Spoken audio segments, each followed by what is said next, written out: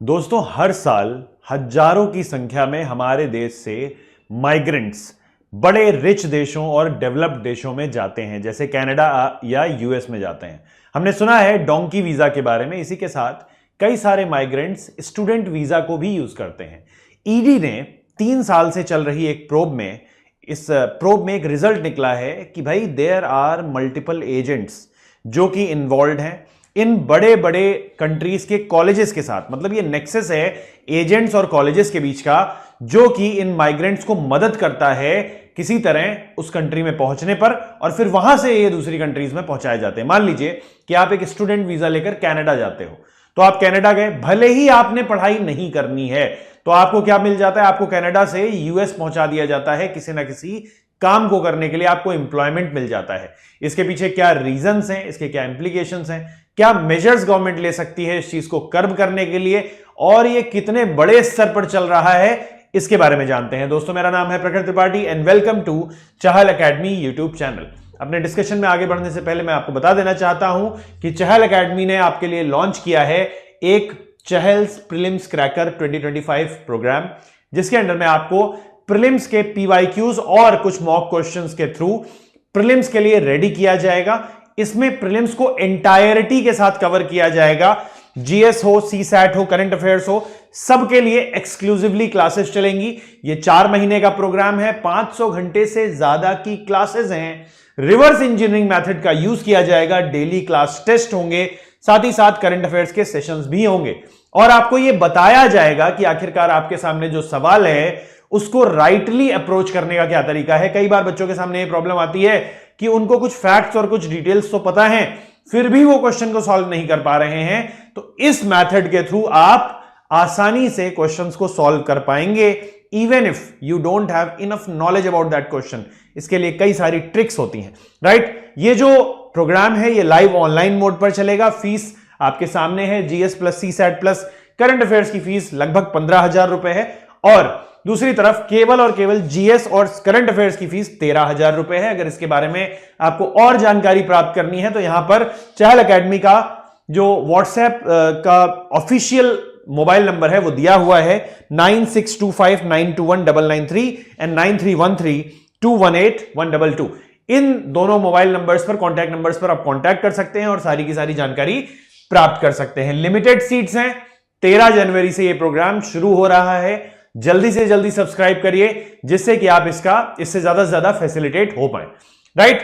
The enforcement directorate has uncovered a human trafficking syndicate involving 260 Canadian colleges where migrants paid huge sum for student visas to enter Canada and illegally cross to the US।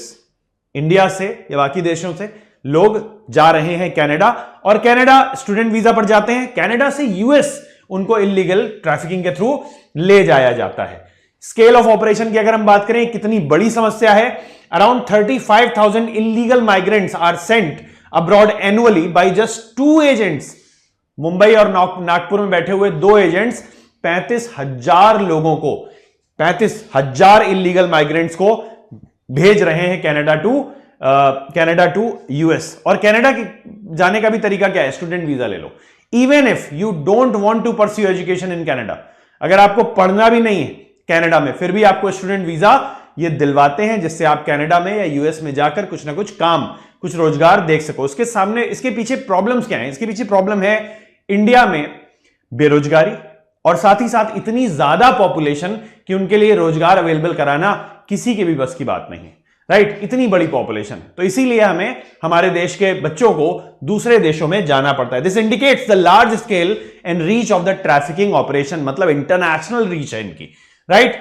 अगर हम देखें तो 1700 agents Gujarat में काम कर रहे हैं, और लगभग 3,500 एजेंट्स अक्रॉस इंडिया काम कर रहे हैं इनके नेटवर्क में। These are the partners. The network operates across multiple regions and states within India. 3,500 लोग अलग अलग स्टेट से काम कर रहे हैं।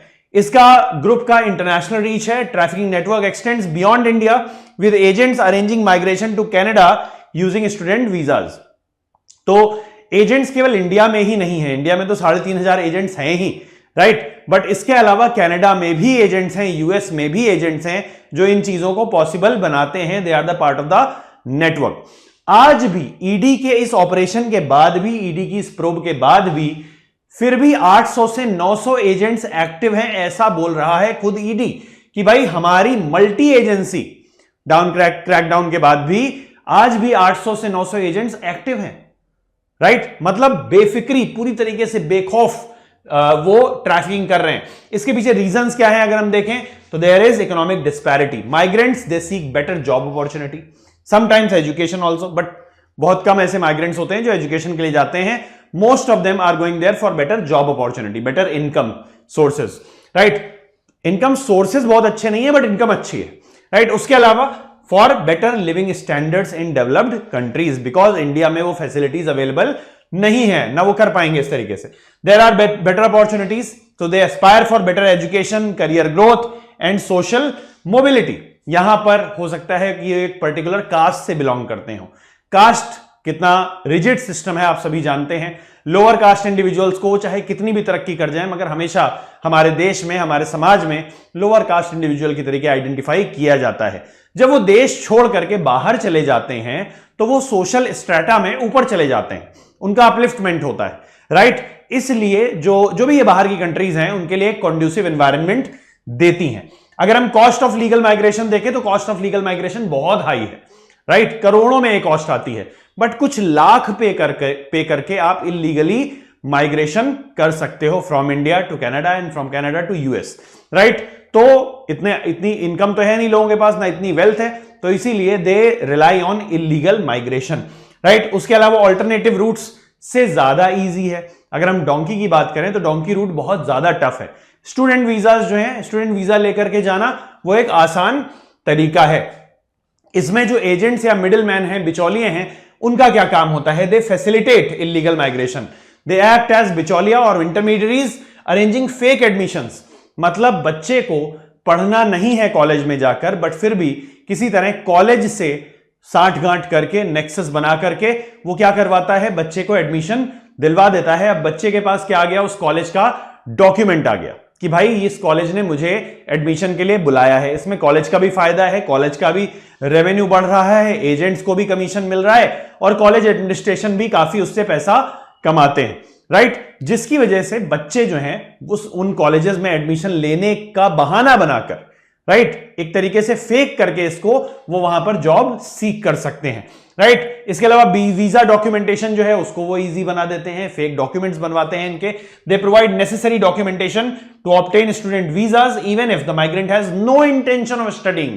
उसका पढ़ने का कोई इंटेंशन नहीं है, फिर भी माइग्रेंट्स उनका कॉलेज में एडमिशन करवा सकते हैं। कॉल्यूजन विद एजुकेशन इंस्टीट्यूशंस, उनका जो मैंने बताया कि 60 गांठ रहती है। They have agreement with the colleges, ठीक है? आपस में क्या रहता है? उनका नेक्सस है, एग्रीमेंट रहता है with college. Some agents form agreements with education institutions to admit migrants in exchange for a commission, right? 2%, 1%, 3%, इस तरीके से उनका कमीशन रहता है, क्योंकि कॉलेजेस की फीस जो है वो काफी हेफ्टी फीस है, 50 लाख, 60 लाख, 70 लाख। और कनाडा में आप जानते हैं कि कितनी बड़ी पॉपुलेशन है, तो जितनी यूनिवर्सिटीज या कॉलेजेस मतलब खुले हुए हैं, क्या उनको रेवेन्यू मिल पा रहा होगा? नहीं। तो रेवेन्यू सोर्सेज जनरेट करने के लिए वो दुनिया भर से स्टूडेंट्स को क्या करते हैं? बुलाते हैं, इनवाइट करते हैं। जब वहां पर पहुंचते हैं ये माइग्रेंट्स तो फीस पे करते हैं, और जब फीस पे करते हैं तो उसी से कॉलेजेस चल रहे हैं, क्योंकि पूरी तरीके से क्या है? कैपिटलिस्ट बेस्ड है, तो स्टेट कुछ प्रोवाइड नहीं करता, ये यूनिवर्सिटीज या ये जो कॉलेजेस हैं इन्हीं लोगों के डोनेशन ग्रांट से ही चल रहे हैं, राइट? एजेंट्स को भी इनमें से कुछ पर्टिकुलर कमीशन मिल जाता है। कई सारी मूवीज में भी इस चीज को दिखाया गया है, राइट? ये एजेंट्स अधिकतर जो लूप होल्स होते हैं उनको ही एक्सप्लॉइट करते हैं, जैसे कि एजुकेशन इंस्टीट्यूशंस में नोइंगली और unknowingly issue student visas to migrants who don't intend to study. अगर हम देखें और क्या है मिडिल मैन के रोल, तो they seek financial gains. Obvious सी बात है कि अगर 50 लाख का हम 2% भी देखें तो लगभग 1 लाख रुपए होता है, यानी 1 लाख रुपए इतनी आसानी से कमाना। और ये नंबर्स क्या देख रहे हो आपकी? 1-1 लाख लोग, 40-40, 50-50 हजार लोग साल में जा रहे हैं, और एक स्टूडेंट पर अगर आपको 1-2 लाख रुपए मिल रहा है तो बाकी स्टूडेंट्स पर आपको कितना अमाउंट हो जाएगा वो कुल मिलाकर के साल में? तो it's a quite big amount. तो फाइनेंशियल गेन्स के लिए करते हैं, ठीक? उनका जो इन्वॉल्वमेंट है it is based on incentive only, ठीक? उसके अलावा कॉलेजेस में किसी भी तरीके की स्क्रूटनी नहीं है, यूनिवर्सिटीज में किसी भी तरीके की स्क्रूटनी नहीं है। इंटर गवर्नमेंटल जो सारी की सारी गवर्नमेंट है, उनके बीच में कोई ऐसा एग्रीमेंट नहीं है जिसके थ्रू इन कॉलेजेस और यूनिवर्सिटीज को स्क्रूटनाइज किया जा सके। कैनेडियन गवर्नमेंट बेनिफिट हो रही है इस चीज से, तो ऑब्वियस सी बात है वो स्क्रूटनी करेंगे नहीं। नंबर्स देखने वाली बात है कि 260 कॉलेजेस में इन्वॉल्व हैं, right. It creates a cycle of illegal migration by enabling such practices, right. क्या मेजर्स लिए जा सकते हैं? कॉलेजेस को मॉनिटर करना लगातार, उन पर स्ट्रिक्ट रेगुलेशंस लगाना, जो स्टूडेंट वीजाज हैं उनको स्क्रूटनाइज करना कि भाई कौन सा कॉलेज किस स्टूडेंट को स्टूडेंट वीजा दे रहा है, वीजा प्रोसेसेस को ज्यादा स्ट्रिक्ट बनाना यहां पर बहुत जरूरी है। अदरवाइज हमारे सामने ऐसे हादसे, ऐसी न्यूज आती रहेगी जहां पर लोग कनाडा गए तो मगर स्नो स्टॉर्म में फंस गए और उनकी डेथ हो गई, पूरी की पूरी फैमिली की डेथ हो गई -37 डिग्री सेंटीग्रेड पर, right. Implement stricter regulations on educational institution involved in issuing student visas. We need to regularly audit such colleges and universities to ensure they are not complicit in fraudulent admissions or illegal migration. साथ ही साथ enhanced intergovernmental cooperation is required. US, Canada और India की government का cooperation और collaboration यहां पर बहुत ज्यादा रिक्वायर्ड है। मतलब एक गवर्नमेंट दूसरी कंट्री की यूनिवर्सिटीज को पूरी तरीके से रिव्यू करे, स्क्रूटनाइज करे कि भाई किस किस स्टूडेंट को स्टूडेंट वीजा दिया गया, क्या वो स्टूडेंट अपनी एजुकेशन को कंटिन्यू कर रहे हैं, उनका रेशियो क्या है, जो नहीं कर रहे हैं उनका रेशियो क्या है।